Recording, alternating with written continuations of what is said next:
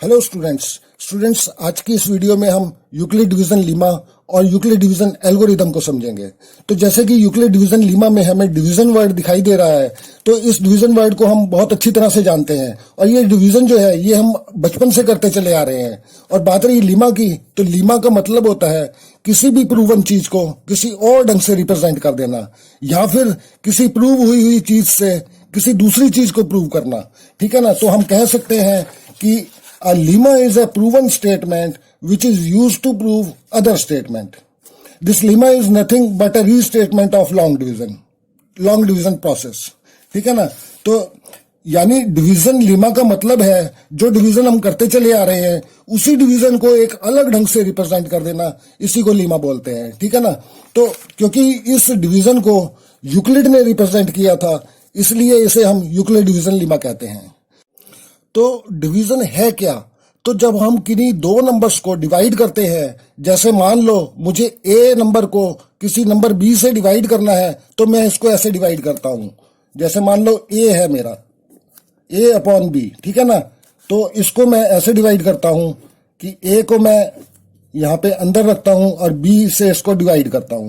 और जब मैं डिवाइड करता हूं तो मुझे एक क्वोशिएंट मिलता है और डिवीजन के एंड में मुझे एक रिमाइंडर मिलता है। ठीक है ना। तो इसको हम ऐसे भी लिखते हैं कि ए जो है हमारा वो डिविडेंट होता है और बी जो है हमारा डिवाइजर होता है। और जब हम डिवीजन करते हैं तो हमें एक क्वोशिएंट मिलता है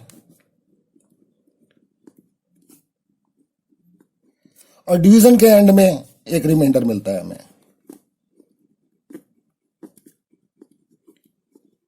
ये रिमाइंडर हमें मिल भी सकता है और नहीं भी मिल सकता है। ठीक है ना।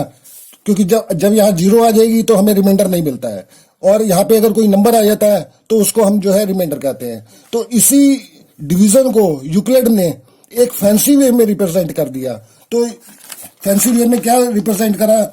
उन्होंने कहा कि if A and B are positive integers such that A is greater than B, there exist unique integer Q and R satisfying A is equal to B Q plus are.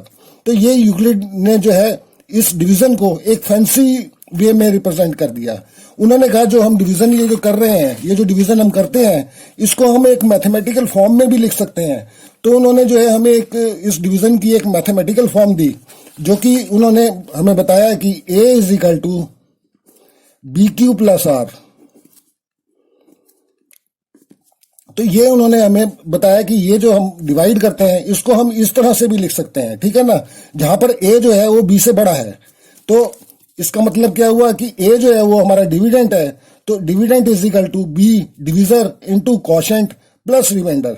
यानी कि जो डिविडेंट होता है वो हमारा divisor और quotient का multiply होता है, प्लस अगर इसमें हम रिमाइंडर जोड़ दें तो हमारा ये डिविडेंट होता है। ठीक है ना। तो ये चीज जो है ये हमें यूक्लिड ने दी, तो इसको जो है हम इसलिए यूक्लिड डिवीजन लीमा बोलते हैं। और उन्होंने हमें एक चीज और भी बताई, यहाँ पे एक आर की जो कंडीशन है, ये जो रिमाइंडर है, उन्होंने हमें बताया कि ये जो रिमाइंडर है वो हमेशा जीरो से बड़ा होगा। ठीक है ना। ये रिमाइंडर जो है हमेशा जीरो से बड़ा होता है या जीरो के बराबर होता है, और ये जो रिमाइंडर है ये हमारे डिवीजर से छोटा होता है। तो ये कंडीशन उन्होंने और बताई। कभी भी रिमाइंडर जो है वो डिवीजर से बड़ा नहीं हो सकता।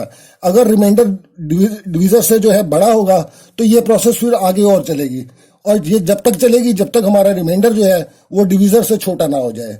तो इस फैंसी वे को इन्होंने हमारे यूक्लिड ने इसको दिया, तो इसको हम जो है यूक्लिड डिवीजन लीमा बोलते हैं। ठीक है ना।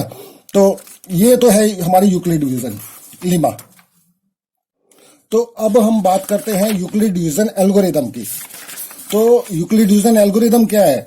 यूक्लिड डिवीजन एल्गोरिदम का मतलब है कि a series of well defined steps which gives a procedure for solving a type of problem. यानी कि एल्गोरिदम कुछ नहीं है, जो स्टेप्स हैं हमारे, जो वेल डिफाइंड स्टेप्स जो हैं उनको हम जो है एल्गोरिदम कहते हैं। जो स्टेप्स हम जो फॉलो करते हैं डिवीजन के अंदर, ठीक है ना, तो उसी स्टेप्स को जो है हम एल्गोरिदम बोल देते हैं। तो जो एल्गोरिदम है ये यूक्लिड डिवीजन लीमा की, इस एल्गोरिदम से हम जो है एचसीएफ किन्हीं दो नंबर्स का जो है एचसीएफ फाइंड करते हैं। ठीक है ना। तो Euclid division algorithm is a technique to compute the highest common factor HCF, यानी कि एचसीएफ को निकालने के लिए हम इसका यूज करते हैं। Euclid division algorithm is a technique to compute the highest common factor of two given positive integers, यानी कि किन्हीं भी दो पॉजिटिव इंटीजर्स का अगर हमें एचसीएफ निकालना होता है तो हम यूक्लिड डिवीजन एल्गोरिथम का यूज करते हैं। तो ज्यादातर स्टूडेंट्स को एचसीएफ से प्रॉब्लम ही रहती है, तो वो हमेशा कंफ्यूज रहते हैं कि एचसीएफ का यूज क्या है। तो मैं आपको एक एग्जांपल के थ्रू एचसीएफ को समझाता हूं। तो मान लो मेरे पास 40 नोटबुक्स हैं, ठीक है ना।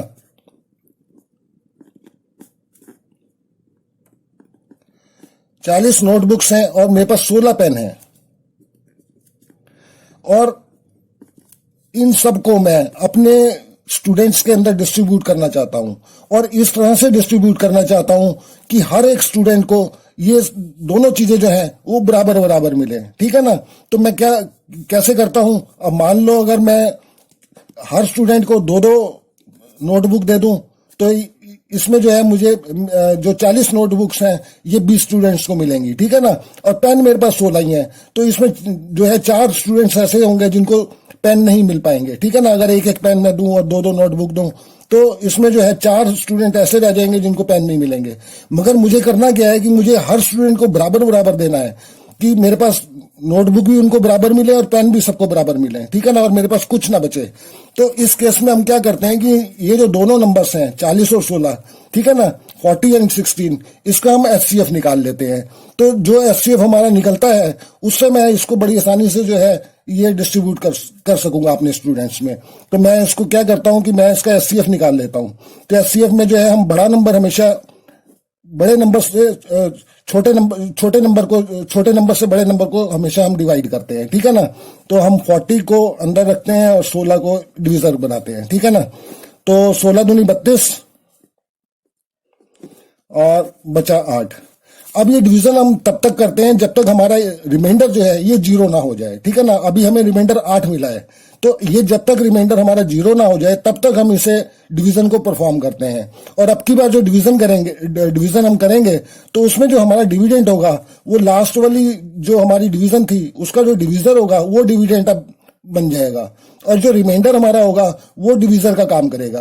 तो यहाँ पर अब जो नेक्स्ट स्टेप हमारा जो होता है डिवीजन करने का, उसमें जो हमारा रिमाइंडर 8 आया है ये अब हमारा डिवीजर बन जाएगा। तो 8 से अब हम 16 को डिवाइड करते हैं, 16 अब हमारा डिविडेंट है तो इसको डिवाइड करते हैं, तो 8 दूनी 16, तो हमारा रिमाइंडर 0 आ गया, ठीक है ना। तो अब हमारी ये प्रोसेस यहीं रुक जाती है। तो जहां हमारी प्रोसेस रुक जाती है, जहां हमारा रिमाइंडर 0 आ जाता है, उस स्टेप में जो हमारा ये डिविजर होता है यही हमारा एचसीएफ कहलाता है, ठीक है ना। तो ये जो 8 है ये इन दो नंबर्स का 40 एंड 16 का ये एचसीएफ होगा। यानी कि मैं अपने 8 स्टूडेंट्स में ये दोनों चीजें बराबर बराबर बांट सकता हूं। जैसे मान लो 8 पंजे 40, यानी कि मैं हर स्टूडेंट को 5 नोटबुक दे दूं और 8 दूनी 16 और 2-2 पेन सबको दे दूं, तो ये सब बराबर बराबर हमारे दोनों चीजें बढ़ जाएंगी, ठीक है ना, और मेरे पास कुछ नहीं रहेगा।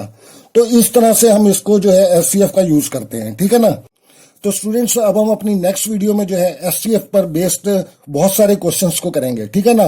तो स्टूडेंट्स आप मेरी वीडियोस को लाइक करें, शेयर करें और मेरे चैनल को जरूर सब्सक्राइब करें। और किसी भी मेरे स्टेप में कहीं आपको कोई दिक्कत महसूस हो या मेरा कोई स्टेप आपको समझ में ना आ रहा हो तो मेरे को आप कमेंट बॉक्स में जरूर लिखें, ठीक है ना। उससे क्या होगा कि मैं आपको और ज्यादा अच्छी तरह से इसको समझाऊंगा, ठीक है ना, समझा पाऊंगा। अगर कोई चीज आपको नहीं समझ में आ पा रही है तो उसको और ज्यादा एक्सप्लेन कर दूंगा, ठीक है ना। तो स्टूडेंट्स फिर मिलते हैं अपनी नेक्स्ट वीडियो में, तब तक ओके बाय, थैंक्स।